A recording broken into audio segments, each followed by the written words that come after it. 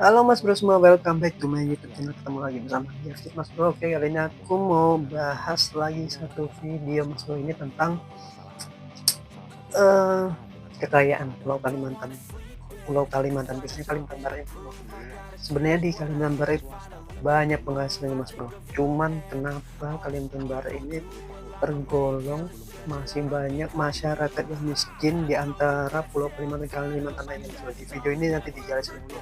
Jadi kalian bisa simpulkan sendiri, kalian bisa komen nilai sendiri apa kendalanya di Kalimantan.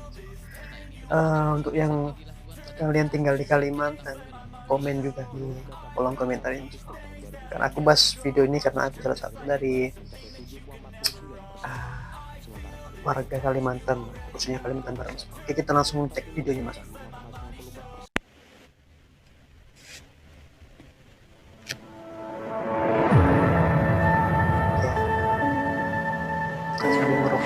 Kalimantan Barat menjadi salah satu provinsi yang memiliki potensi kekayaan alam yang melimpah.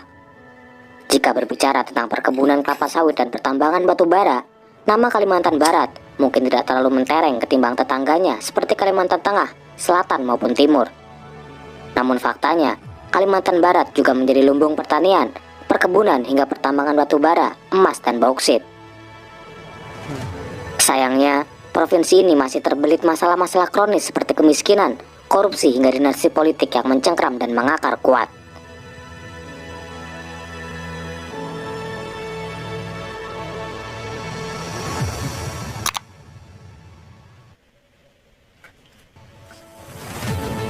Berdasarkan data dari Kementerian Koordinator Bidang Perekonomian di tahun 2019, Kalimantan Barat merupakan provinsi dengan lahan perkebunan kelapa sawit terluas ketiga di Indonesia dengan luas 1,8 juta hektar. Sedangkan data Kementerian Pertanian mencatat, luas areal perkebunan kelapa sawit di Kalimantan Barat tahun 2021 mencapai 2 juta hektar. Keberadaan perkebunan kelapa sawit di Kalimantan Barat dimulai sejak tahun 1980-an. Pemerintah melalui PT Perkebunan Nasional mengembangkan lahan kelapa sawit dengan pola kerjasama dengan masyarakat lewat pola perkebunan inti rakyat. Namun dalam perjalanannya, perkebunan rakyat atau PLASMA menghadapi banyak permasalahan, salah satunya konflik lahan dengan komunitas adat. Ekspansi kelapa sawit pun makin meluas sejak masuknya investasi swasta pada tahun 1990-an. Hampir 30 tahun, kelapa sawit masih belum berhasil meningkatkan taraf hidup masyarakat Kalimantan Barat. Meski memiliki perkebunan kelapa sawit yang luas, Kalimantan Barat justru pernah menjadi provinsi paling miskin dibanding wilayah lain di Kalimantan. Dibandingkan dengan provinsi lain di Kalimantan, Kalimantan Barat merupakan yang paling miskin. Data ini berdasarkan hasil riset yang dilakukan Badan Pusat Statistik pada tahun 2017. Menurut data Badan Pusat Statistik tahun 2019, angka kemiskinan di Kalimantan Barat mencapai 7,49%, sementara Kalimantan Utara sebesar 6,63%, Kalimantan Timur sebesar 5,94%, Kalimantan Tengah sebesar 4,98%, dan Kalimantan Selatan sebesar 4,55%. Sedangkan pada Maret 2021, jumlah penduduk miskin di Kalimantan Barat sebesar 7,15% atau sekitar 367.000 orang. Hal ini belum ditambah dengan permasalahan perkebunan di kawasan hutan, kebakaran hutan, hingga perusahaan kelapa sawit ilegal yang merugikan. Menurut data dari Beta Hita, luas kebun sawit di dalam kawasan hutan Kalimantan Barat mencapai 189.000 hektar. Salah satu contohnya adalah perkebunan kelapa sawit milik PT Kaliomas Perkasa yang masuk ke dalam kawasan Taman Wisata Alam Gunung Melintang.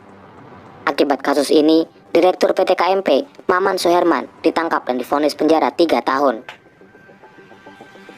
Penyumbang kabut asap terbesar di Kalimantan Barat juga berasal dari kebakaran di lahan konsesi perusahaan. Kebakaran hutan dan lahan terjadi di sejumlah daerah di Kalimantan Barat, salah satunya di Desa Sungai Raya, Kabupaten Gubu Raya, Kalimantan Barat. Ribuan hektar tanah gambut yang terbakar mengalami kerusakan dan tidak dapat dipulihkan kembali. Kabut asap yang ditimbulkan juga mengancam kesehatan manusia dan keselamatan makhluk hidup yang lain. Hingga 2019, Kementerian Lingkungan Hidup dan Kehutanan telah menyegel 26 perusahaan perkebunan kelapa sawit di Kalimantan Barat yang konsesinya terbakar. PT Rafika Majaya Abadi misalnya, dihukum denda 917 miliar oleh Pengadilan Negeri Sintang karena membakar hutan. Denda juga pernah dijatuhkan ke PT Putra Lirik Domas Iya, Bas, senilai 199 Sengaja miliar babat terkait kebakaran hutan di Kalimantan Barat. buka lahan ya. Ironi kelapa sawit di Kalimantan Barat diamini oleh Gubernur Kalimantan Barat Sutarmiji. Sutarmiji menyatakan Kalimantan Barat merupakan salah satu penghasil CPO terbesar di Indonesia. Namun perkebunan sawit di daerah yang dipimpinnya tidak berkontribusi pada kesejahteraan masyarakat, bahkan menjadi beban pemerintah daerah. Gila. Berdasarkan data dari Kementerian SDM, jumlah cadangan bauksit Indonesia mencapai 1,2 miliar ton atau 4% dari total cadangan bauksit di bumi. Hal ini menjadikan Indonesia sebagai negara dengan cadangan bauksit terbesar ke-6 di dunia. Pada 2019, produksi bauksit Indonesia tercatat mencapai sekitar 16 juta ton, dan salah satu penghasil bauksit terbesar di Indonesia berada di Provinsi Kalimantan Barat. Dengar tuh. Kalimantan Barat Bauksit memiliki besar, cadangan bauksit yang besar. Sebanyak 66,77% cadangan bauksit nasional terdapat di Kalimantan Barat. Potensi bauksit di Kalimantan Barat tersebar di beberapa wilayah, seperti Kabupaten Pontianak, Kabupaten Sanggau, Kabupaten Ketapang, Kecamatan Kendawangan, Kecamatan Sandai, dan lain sebagainya. Meski masih terdengar asing bagi sebagian orang, bauksit punya banyak kegunaan. Salah satu yang paling utama adalah untuk pembuatan aluminium. Aluminium sendiri menjadi barang yang kini jamak digunakan dalam kehidupan manusia, mulai dari alat masak, kaleng makanan, rangka kendaraan, hingga bahan konstruksi. Sayangnya, bisnis pertambangan bauksit juga menyebabkan terjadinya banyak masalah di Kalimantan Barat. Gubernur Kalimantan Barat Sutarmiji menyebutkan, hampir semua perusahaan pertambangan yang beroperasi di wilayahnya tidak melakukan reklamasi atau penutupan lubang bekas galian. Sebanyak 262 izin tambang yang beroperasi di Kalbar, hanya 2 yang melakukan reklamasi sisa galian. Ada beberapa perusahaan besar yang menambang bauksit di Kalimantan Barat, seperti Cita Mineral Investindo, Antam, Indika Energy, hingga Harita Group. Data dari Suara Pemret Kalbar menyebutkan, sebanyak 18 perusahaan pertambangan menyalahgunakan izin, dan sebagian besar beroperasi di Kabupaten Sanggau dan Kabupaten Ketapang. PT Kendawangan Putra Lestari, perusahaan pertambangan bauksit di bawah bendera Putra Group misalnya. Menurut hasil pemantauan lapangan dari tim Eyes on the Forest pada 2016, menunjukkan adanya aktivitas pertambangan dalam kawasan hutan lindung di Sungai Tapah. 3 bekas lubang tambang ditemukan di dalam kawasan hutan lindung tersebut. Hasil investigasi relawan pemantau hutan Kalimantan bersama Silva Gama sejak 2012 hingga 2014 menyebutkan bahwa PT Karya Utama Tambang Jaya di Kabupaten Ketapang terbukti melakukan aktivitas ilegal. Perusahaan ini diduga melakukan aktivitas penambangan bauksit di luar konsesi seluas 78 hektar. Pada tahun 2011, PT Mahkota Karya Utama di Desa Sejotang, Kabupaten Sanggau melakukan aktivitas pencucian bauksit di Danau Semenduk. Aktivitas ini mengakibatkan terjadinya sedimentasi danau hingga menjadi dataran kering. Pada tahun 2018, tim gabungan penegakan hukum Kementerian Lingkungan Hidup dan Kehutanan dan Polda Kalimantan Barat menyita 7 ekskavator pertambangan bauksit tanpa izin di hutan produksi konveksi Sungai Tulak yang dilakukan oleh PT Laman Mining. Menurut Gubernur Kalbar, penambangan bauksit di wilayahnya yang begitu besar ternyata tidak banyak memberikan pemasukan untuk pemerintah daerah. Sutarmiji menyebut, setiap tahun ada 4 perusahaan yang mengekspor 20 juta metrik ton hasil tambang biji bauksit. Nilai hasil tambang itu mencapai 7 triliun, namun yang masuk ke kas pemerintah daerah hanya sekitar 15 miliar. Asosiasi Pengusaha Bauksit dan Biji Besi Indonesia mencatat, sebanyak 30 juta ton bauksit diekspor ke luar negeri, khususnya Tiongkok. Hal ini dikarenakan belum adanya fasilitas pengolahan dan pemurnian mineral atau smelter yang memadai di Indonesia. Presiden Jokowi sebenarnya telah memerintahkan agar Indonesia berhenti mengekspor bauksit dan melakukan hilirisasi di dalam negeri. Tak tanggung-tanggung, Jokowi bahkan meminta agar ekspor bauksit bisa dihentikan pada tahun 2022.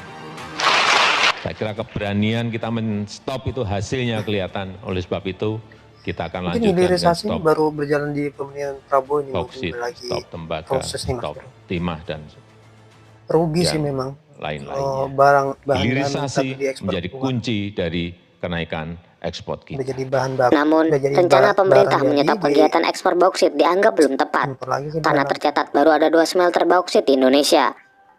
Sedangkan beberapa smelter lain yang akan dibangun terkendala beberapa masalah yang mengakibatkan pembangunan menjadi terlambat atau bahkan mangkrak. Padahal di tahun 2023 direncanakan akan ada tambahan 9 smelter bauksit yang siap beroperasi. Selain bauksit, Kalbar juga dikenal dengan hasil alam lain, yaitu emas. Berdasarkan data yang disampaikan Dinas Lingkungan Hidup dan Kehutanan Kalbar, ada sekitar 1.000 hektar lahan rusak di sejumlah wilayah di Kalimantan Barat akibat penambangan emas ilegal. Bicara tentang tambang emas di Kalimantan Barat, tak bisa lepas dari nama Aliong yang dikenal sebagai bos emas asal Singkawang. Aktivitas pertambangan ilegalnya disebut tersebar di 10 kabupaten di Kalimantan Barat. Selain bisnis emas ilegal, Aliong juga memiliki bisnis pariwisata dan mendirikan koperasi simpan pinjam bernama Mitra Panca. Namun beberapa sumber mengungkapkan bahwa Mitra Panca merupakan siasat Aliong untuk pencucian uang dari hasil tambang ilegalnya. Aliong saat ini ditahan di Polda Kalbar karena terjerat kasus tindak pidana pencucian uang terkait aktivitas pertambangan ilegal di wilayah Singkawang dan Kabupaten Bengkayang. Kita beralih ke informasi lain, saudara. Tim SAR gabungan menghentikan pencarian korban longsor tambang emas tanpa izin di Bengkayang, Kalimantan Barat. Selain kasus tambang emas ilegal yang menggurita di Kalbar, lubang-lubang tambang emas ilegal juga merenggut korban jiwa. Pada periode 2014 hingga 2022, setidaknya sudah ada 38 korban tewas tertimbun tanah galian tambang di Desa Gua Boma, Kabupaten Bengkayang. Pemirsa, galian pertambangan emas tanpa izin atau peti di Lembah Bawang, Kalimantan Barat dilaporkan longsor. Sedikitnya 20 pekerja yang sedang mendulang emas terjebak dalam longsor.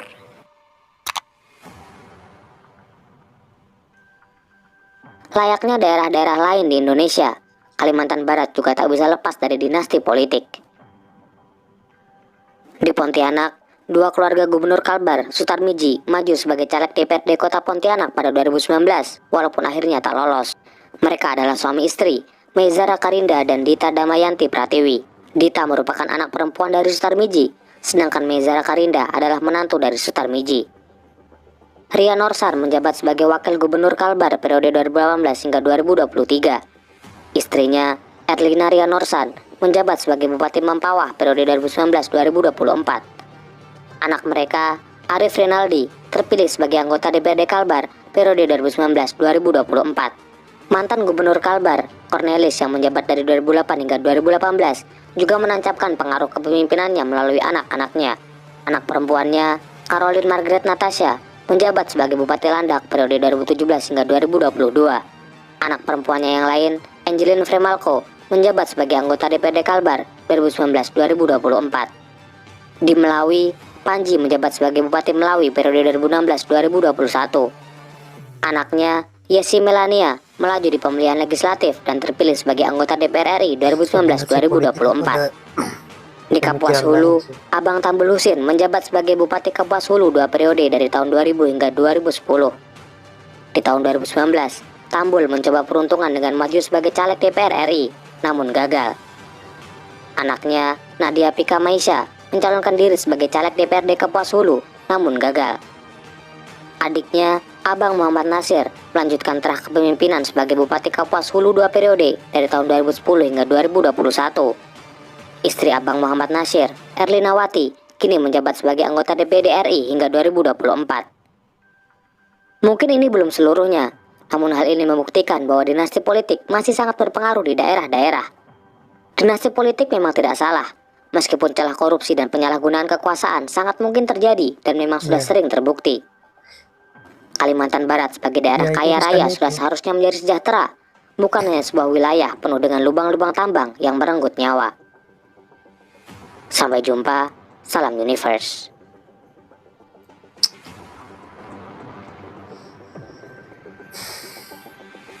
Lewat pola perkebunan inti rakyat. Oke, Mas Bro. Jadi aku pengen, jadi gimana menurut kalian Mas Bro, kalian yang tinggal di wilayah Kalimantan, khususnya Kalimantan Barat, komen gimana tentang video ini, pendapat kalian? Bener sih, yang sangat disayangkan ini Kalimantan Barat ini udah banyak sih penghasilan buminya dari bauksit tadi, bauksit nomor berapa tadi lupa ya, bauksit, emas, yang nggak kalah lagi itu sawit. Dibandingkan dengan provinsi sawit lain di segitu Kalimantan, banyaknya Kalimantan penghasilan Barat alamnya, merupakan yang paling penghasilan miskin. yang dihasilkan Data di ini daerah berdasarkan Kalimantan hasil Barat riset itu yang masyarakatnya dilakukan masih Badan banyak Pusat Statistik pada tahun miskin mas Menurut bro. data Badan Pusat Khususnya Statistik tahun 2019, kita taruhlah angka dengan kemiskinan di daerah-daerah Kalimantan Barat mencapai Kalimantan lainnya, 7,49%. Kalimantan Selatan, Kalimantan Sementara Tengah, Kalimantan Timur, Utara sebesar kita ini termasuk yang 6,63%. termiskin di antara Kalimantan Timur. Sebesar Padahal kita 5,94%. besar Kalimantan penghasilan Tengah alamnya. sebesar Bauksit aja ini 4,58%, dan penyumbang Kalimantan Selatan sebesar terbesar di Indonesia, 4,55%. penyumbang untuk penyumbang terbesar di Sedangkan Indonesia, pada dan Maret Indonesia penyumbang 2021, terbesar nomor jumlah 6 di penduduk dunia. miskin di Kalimantan Barat Gila sebesar nggak? 7,15% atau sekitar Ya itu 327.000 orang. kembali lagi sih kepada pemerintah juga sih. Kalau kayak gini kan pemerintah Hal yang ini belum ditambah sebenarnya yang dengan bertanggung permasalahan jawab. perkebunan di Dan kawasan hutan. dinasti politik, kalau aku Kebakaran pikir hutan sih hingga dinasti politik perusahaan itu kelapa sebenarnya sawit nggak ilegal salah yang mas bro, merugikan. kalau tidak menyalahgunakan Menurut data dari jabatan. Beta luas Yang kebun riskan sawit di ini kan dalam dinas kawasan politik hutan ini Kalimantan Barat mencapai riskannya ini 189.000 hektar. masalah korupsi Salah satu aja. contohnya adalah Kalau aku perkebunan bilang, kelapa sawit milik PT kalau Kaliomas dia Perkasa tegak yang lurus masuk ke dalam pemerintah kawasan sih, Taman Wisata Alam Gunung it's okay. Melintang. Dinasti Akibat politik kasus semua ini, Direktur PT semua KMP, udah Maman sebenarnya Soeherman, banyak sih, ditangkap dan divonis bukan penjara hal 3 kayak tahun. gini yang disebutkan tadi itu dinas banyak masih Penyumbang kabut asap terbesar di kalau Kalimantan Barat juga disebut berasal dari dinasti politik, kebakaran cuman di yang lahan konsesi efeknya perusahaan. jeleknya itu dinasti politik ya Kebakaran hutan dan lahan itu nggak terjadi jauh di dari sejumlah korupsi. daerah Kalau di dinasti Kalimantan Barat. itu aja sih. Salah satunya di desa Sungai Tapi Raya, aku mohon Kabupaten Bubur Raya, komentar kalian Kalimantan mas bro Barat. tentang video ini, Ribuan yang hektar tanah kalian gambut yang yang berada di terbakar mengalami Kalimantan kerusakan dan tidak dapat Kalimantan dipulihkan seluruh. kembali. Kabut asap yang Komen ditimbulkan segera juga mas bro. mengancam kesehatan Nilai manusia lah. dan keselamatan makhluk hidup yang lain. Itu aja mas bro, reaction aku Hingga hari ini. Thank you 2019, untuk kalian Kementerian semua yang Lingkungan udah Hidup support dan channel Kehutanan Andi Jafir. telah Sampai menyegel jumpa 26 lagi perusahaan di next perkebunan video kelapa untuk sawit di reaction Kalimantan lainnya. Barat.